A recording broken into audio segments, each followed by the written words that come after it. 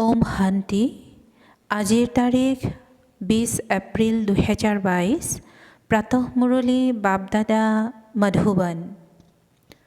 আজি পিতাৰ অমৃত বাণী হৈছে, মৰমৰ সন্তানসকল, যি আনন্দ নিজে পাইছা সেয়া সকলোকে দিব লাগে। তোমালোকে সুখ শান্তি বিলাই দিয়াৰ ধান্দা অৰ্থাৎ বেপাৰ কৰিব লাগে। পিতাই কৈছে যে তোমালোকে সুখ শান্তি বিলাই দিয়াৰ ধান্দা অৰ্থাৎ বেপাৰ কৰিব লাগে। আৰু আজিৰ প্ৰশ্ন, তোমালোক সন্তানসকলৰ এই বেহদ ড্ৰামাৰ প্ৰতিটো দৃশ্য অতিকৈ পচন্দ হয় কিয়? পিতাই উত্তৰত কৈছে, কিয়নো স্বয়ং ৰচয়িতা অৰ্থাৎ ক্ৰিয়েটৰৰ এই ড্ৰামা পচন্দ হয়। যিহেতু ৰচয়িতাৰ পচন্দ হয়, সেয়েহে সন্তানসকলৰো অৱশ্যেই পচন্দ হ'ব। তোমালোক কোনো কথাত বিতুষ্ট হ'ব নোৱাৰা। তোমালোকে জানা এইখন দুখ সুখৰ নাটক বৰ সুন্দৰকৈ ৰচি থোৱা আছে। ইয়াত হৰা জিকাৰ খেল চলি থাকে। ইয়াক বেয়া বুলি ক'ব নোৱাৰি। দিনো ভাল, সেইদৰে ৰাতিও ভাল। এইখন ড্ৰামাত যি ভূমিকা প্ৰাপ্ত হৈছে সেয়া আনন্দেৰে পালন কৰোঁতাসকল বহুত তৃপ্ত হৈ থাকে।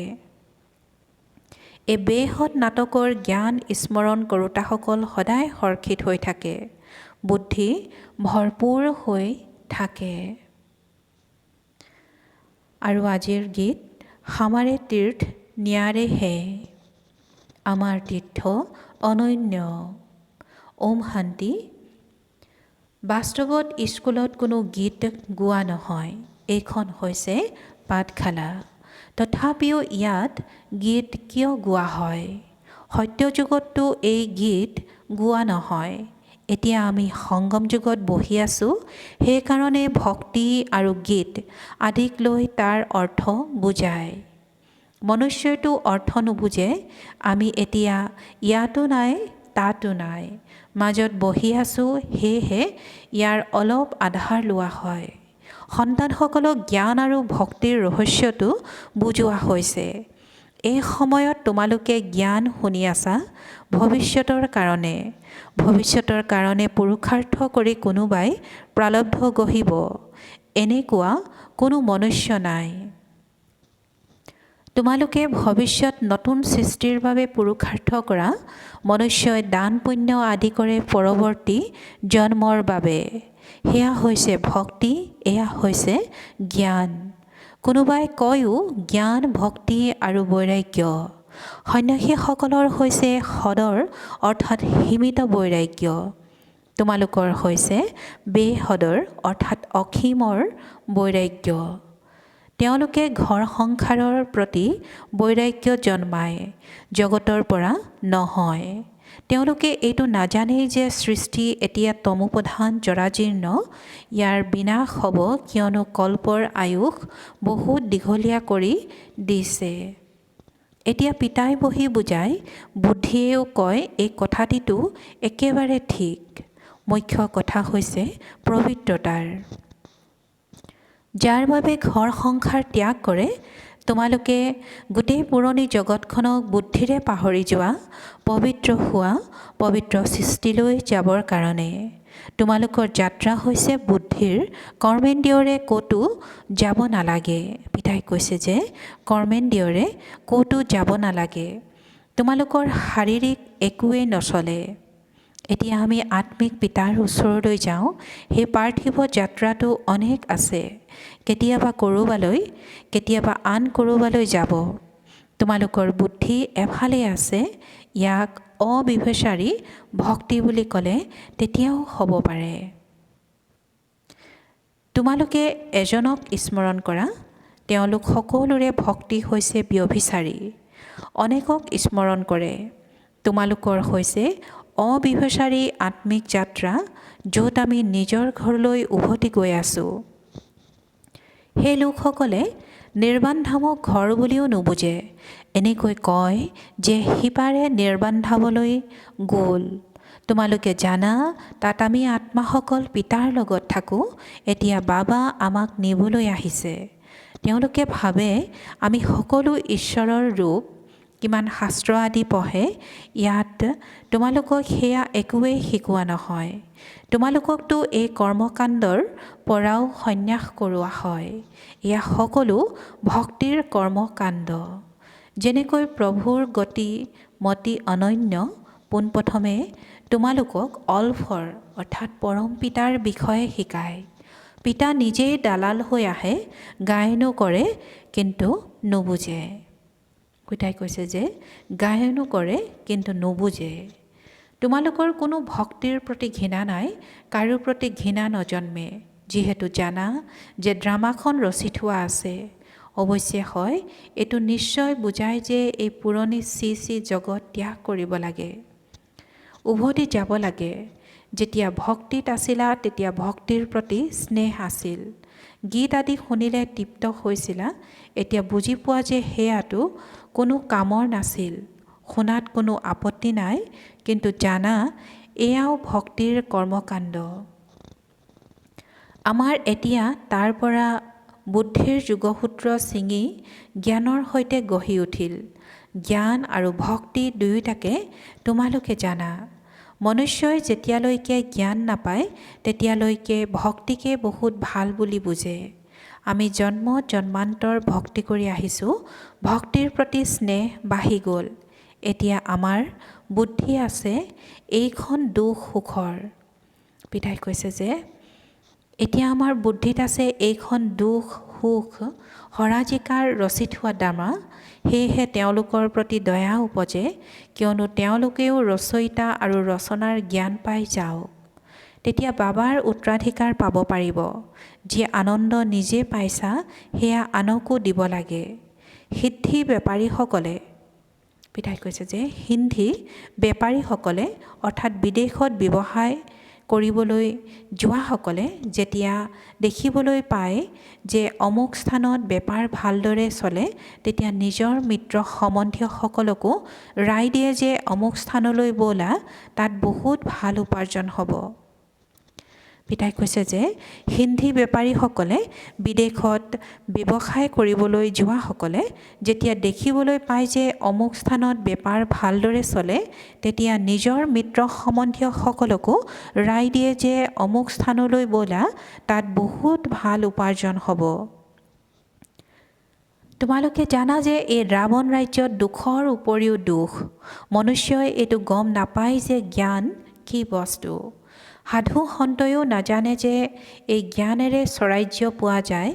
সোধে যে এই জ্ঞানেৰে কি প্ৰাপ্তি হয়। তেতিয়া লিখা হয় শান্তি আৰু সুখ দুয়োটাই পোৱা যায়, সেয়াও অবিনাশী। কাৰোবাৰ সুখ শান্তিৰ ধান্দা হাতলৈ আহি গ'লে তেতিয়া পুনৰ তাতেই লাগি যায়। অৱশ্যে হয়, লৌকিক সেৱাও কিছু সময়ৰ বাবে কৰিবলগীয়া হয়। সৎসংগ কৰাৰ সময়ো ৰাতিপুৱা আৰু গধূলি হয়। মাতাসকলৰ ঘৰৰ বন্ধন থাকে, সেয়েহে তেওঁলোকৰ বাবে আকৌ দিনত সময় ৰখা হয়। ৰাতিপুৱা সময় সকলোতকৈ ভাল, মন সজীৱ হৈ থাকে। যি শুনা সেয়া আকৌ ধাৰণ কৰি পাগুলিব অৰ্থাৎ মন্থন কৰিব লাগে। জগতত এইটো কোনেও গম নাপায় যে নিৰাকাৰ পৰমাত্মাও পঢ়াবলৈ আহে। পিতাই কৈছে যে জগতত এইটো কোনেও গম নাপায় যে নিৰাকাৰ পৰমাত্মাও পঢ়াবলৈ আহে। ভগৱানুবাচ অৰ্থাৎ ভগৱানে কয়, তোমালোকক ৰাজযোগ শিকাই নৰৰ পৰা নাৰায়ণ কৰি তোলো। এই যুগ অতি প্ৰসিদ্ধ। মনুষ্যই বিনাশী ধনৰ দান পুণ্য কৰে, তেতিয়া ৰজাৰ ঘৰত ভাল জন্ম পায়। ইয়াততো তোমালোকে 21 জন্মৰ উত্তৰাধিকাৰ প্ৰাপ্ত কৰি আছা। তোমালোকে সকলো দান কৰা 21 জন্মৰ বাবে, পাছলৈ কোনো পদ পাবলৈ পুৰুষাৰ্থ কৰিবলগীয়া নহ'ব। পিতাই কৈছে যে ইয়াততো তোমালোকে 21 জন্মৰ উত্তৰাধিকাৰ প্ৰাপ্ত কৰি আছা। তোমালোকে সকলো দান কৰা 21 জন্মৰ বাবে, পাছলৈ কোনো পদ পাবলৈ পুৰুষাৰ্থ কৰিবলগীয়া নহ'ব। পদ নিৰ্ধাৰিত হৈ আছে। এতিয়া তোমালোকে পিতাৰ পৰা নিজৰ উত্তৰাধিকাৰ লৈ আছা। সেইকাৰণে বাবাই কয় ভালদৰে পঢ়া, তেতিয়া জন্ম জন্মান্তৰৰ বাবে ৰজা হ'বাগৈ। প্ৰথম জন্ম উচ্চই পাবা, প্ৰজায়ো উচ্চ পদ পায়। ৰাজ্যত দাস দাসী আদি সকলো লাগে। পিতাই কৈছে যে ৰাজ্যত দাস দাসী আদি সকলো লাগে। যিমানে পঢ়িবা মহাদানী হ'বা, সিমানেই উচ্চ পদ পাবা।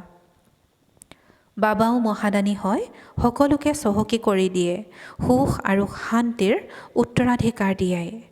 পোনপ্ৰথমে সুখতেই আহে, সকলো সুখী হৈ আছিল, কিয়নো প্ৰথম সময়খিনি শতোপ্ৰধানত, তাৰ পাছত ৰজু তমুত আহে।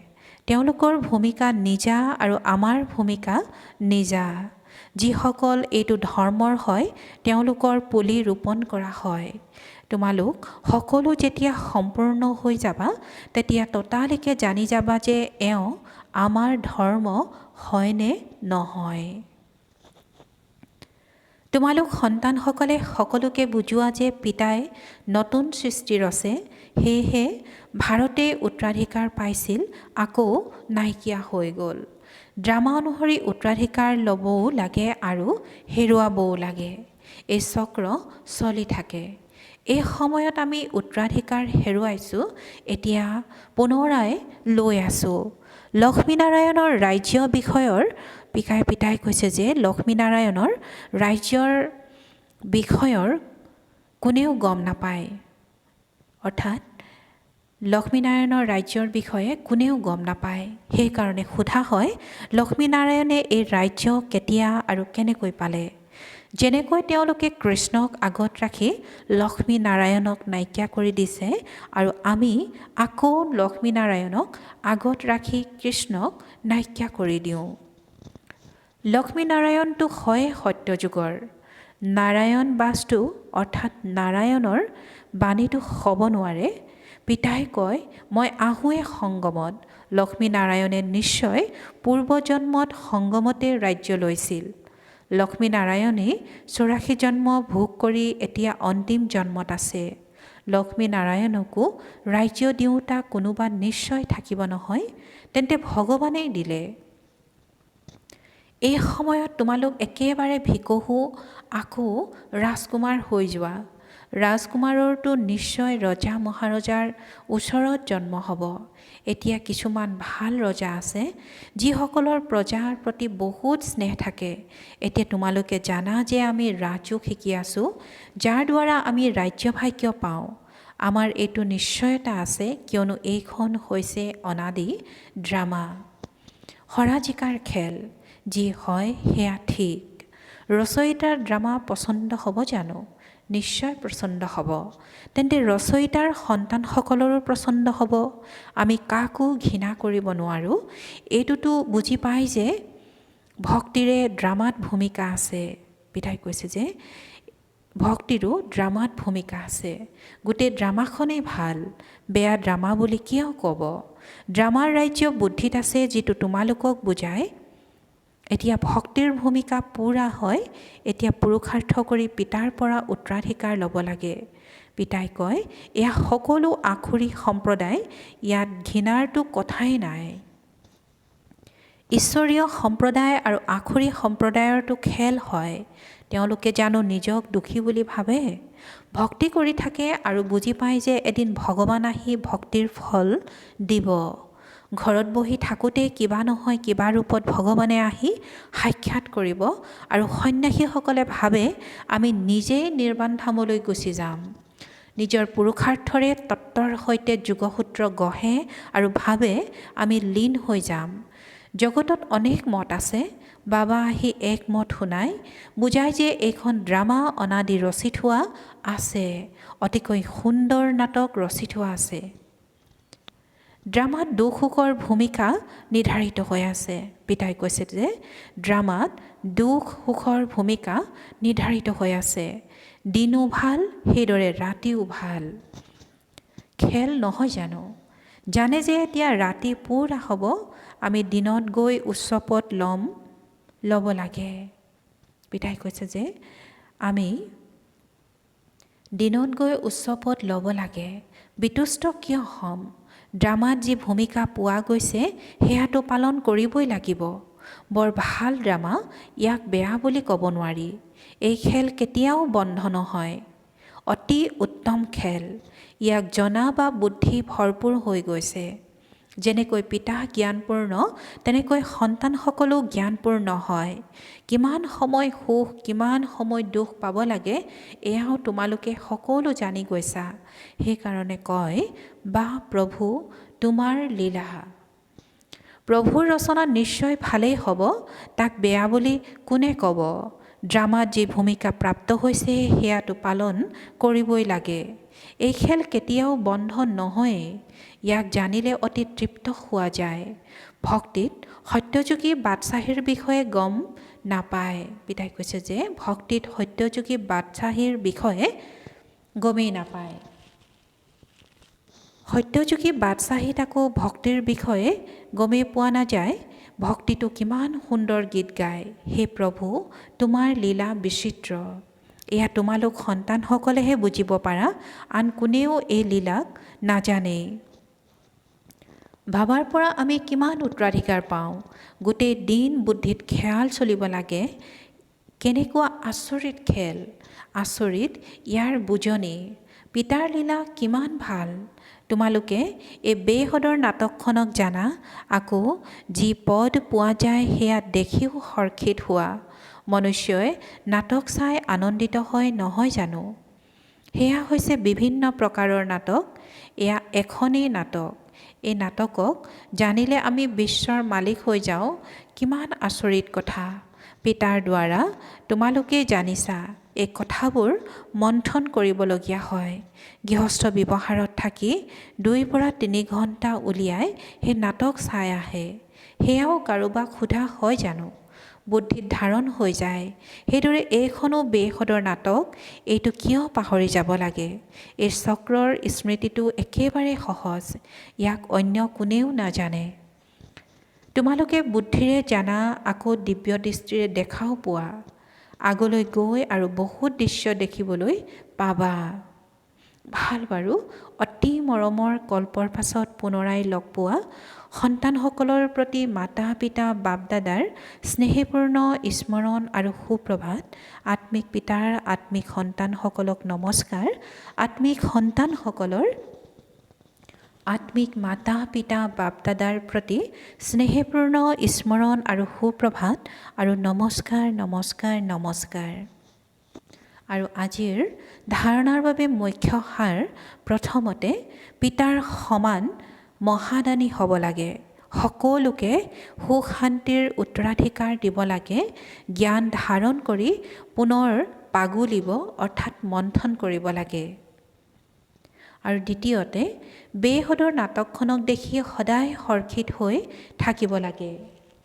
পিতাই কৈছে যে বেহদৰ নাটকখনক দেখি সদায় হৰ্ষিত হৈ থাকিব লাগে। প্ৰভুৰ লীলা আৰু এই ড্ৰামা কিমান বিচিত্ৰ, এয়া স্মৰণ কৰি তৃপ্ত হৈ থাকিব লাগে। আৰু আজিৰ বৰদান, পুৰুষাৰ্থৰ লগতে যুগৰ প্ৰয়োগৰ বিধিৰ দ্বাৰা বৃত্তিবোৰৰ পৰিৱৰ্তন কৰোঁতা সদায় বিজয়ী হোৱা। আৰু আজি বৰদানৰ ব্যাখ্যা, পুৰুষাৰ্থই ধৰণী গঢ়ে সেয়াও আৱশ্যক, কিন্তু পুৰুষাৰ্থৰ লগতে যুগৰ প্ৰয়োগেৰে সকলোৰে বৃত্তিৰ পৰিৱৰ্তন কৰা, তেতিয়া সফলতা সমীপত দৃষ্টিগোচৰ হ'ব। দৃঢ় নিশ্চয় আৰু যুগৰ প্ৰয়োগৰ দ্বাৰা যিকোনো লোকৰে বুদ্ধিৰ পৰিৱৰ্তন কৰিব পাৰা। সেৱাত যেতিয়াই কোনো অস্থিৰতা হৈছে তেতিয়া তাত বিজয় যুগৰ প্ৰয়োগৰ দ্বাৰাই পোৱা গৈছে। সেইকাৰণে পুৰুষাৰ্থৰে ধৰণী গঢ়া, কিন্তু বীজক প্ৰত্যক্ষ কৰিবৰ কাৰণে যুগৰ প্ৰয়োগ কৰা, তেতিয়া বিজয়ী ভৱৰ বৰদান প্ৰাপ্ত হ'ব। আৰু আজিৰ শ্লোগান, সেৱাৰ দ্বাৰা পুণ্যৰ পুঁজি জমা কৰোঁতাজনেই পুণ্য আত্মা। ওম শান্তি।